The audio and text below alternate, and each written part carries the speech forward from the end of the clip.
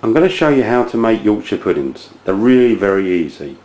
Now I've got a saucepan where I'm going to mix it up, and I've put about a cup full of flour in there, plain flour. Maybe it's a bit more, it doesn't matter too much, to be honest with you. I've put 2 eggs in because I've only got 2 left, and that will do for 6 Yorkshire puddings, I reckon. Now I'm now going to mix in the milk, so we can just add all of this together. I know some people are saying, oh, you should mix the eggs. Just mix in probably about half a cup of milk to start with and see how you get on. And now I'm going to sprinkle in a little bit of salt. There we go, the salt's gone in there. And now I'm having to hold the camera while I do this, but I'm going to now mix it all up together. Now the secret of this is to mix it all together and get rid of all the lump.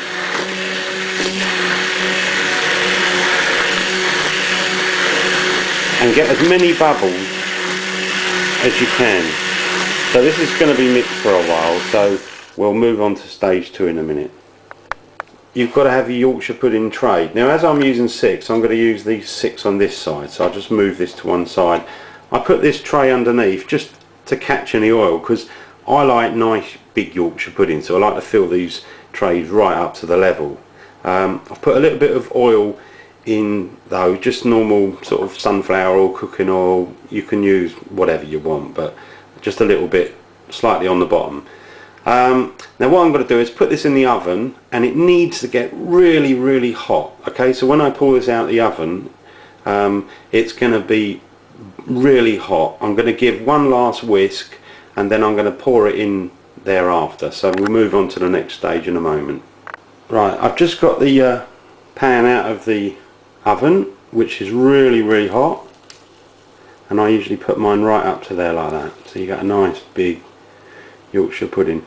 Now we want to get these back in the oven as quick as we can. Doesn't matter if the oil goes over, that's why I do it with a pan, but you can put less in if you want. Right, there we go. Whoa, that one's gone over. Right, I'm going to pop those in the oven. I'm going to keep the temperature right at 250 at the moment, and then in about 10 minutes I usually start turning it down. So here we go. Okay, we're at about the 10-minute stage, so I'm going to turn the heat down to about 200, 220. You can bring it down gradually if you want. So I'll let you see them at sort of the 20 minutes, and then the final 30 minutes they should be cooked. Okay, we're at the 20 minute mark now. They've risen quite well, so what I'll do is I'll pull them out in about 10 minutes. I'm going to reduce the heat down now to about 150, 160, just to let them stay that size and cool down a little bit slower.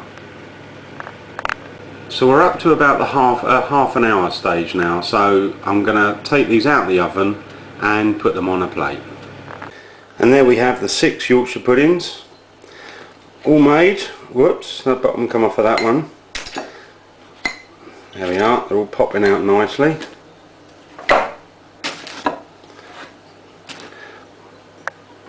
All ready to serve. And for you wondering what it was like inside, there you can see it. Ready to eat.